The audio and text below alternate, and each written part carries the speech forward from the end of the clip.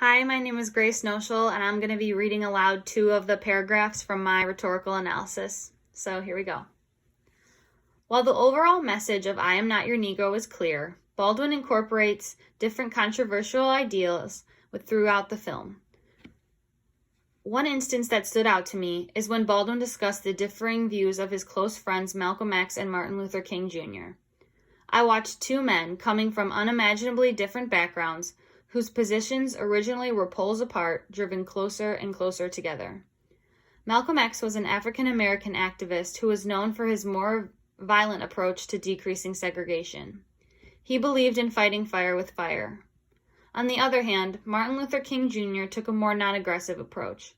He believed that by peacefully protesting, African Americans could rise above the ideas of segregation that were so prevalent at the time.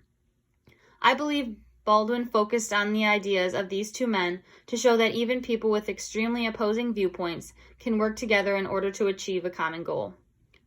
I chose this quote because I believe the ideals that Baldwin was discussing are still very apparent in my life. Baldwin knew that in order for America to grow, the country may likely have to go through some more difficult times. To this day, people like Malcolm and Martin are forced to work together.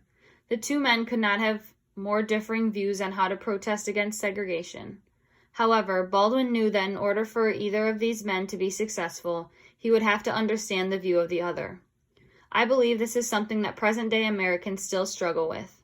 With very opposing political parties, it seems almost impossible for the country to move forward. If the country was able to set aside our differences, like Malcolm and Dr. King, we might be able to evoke change.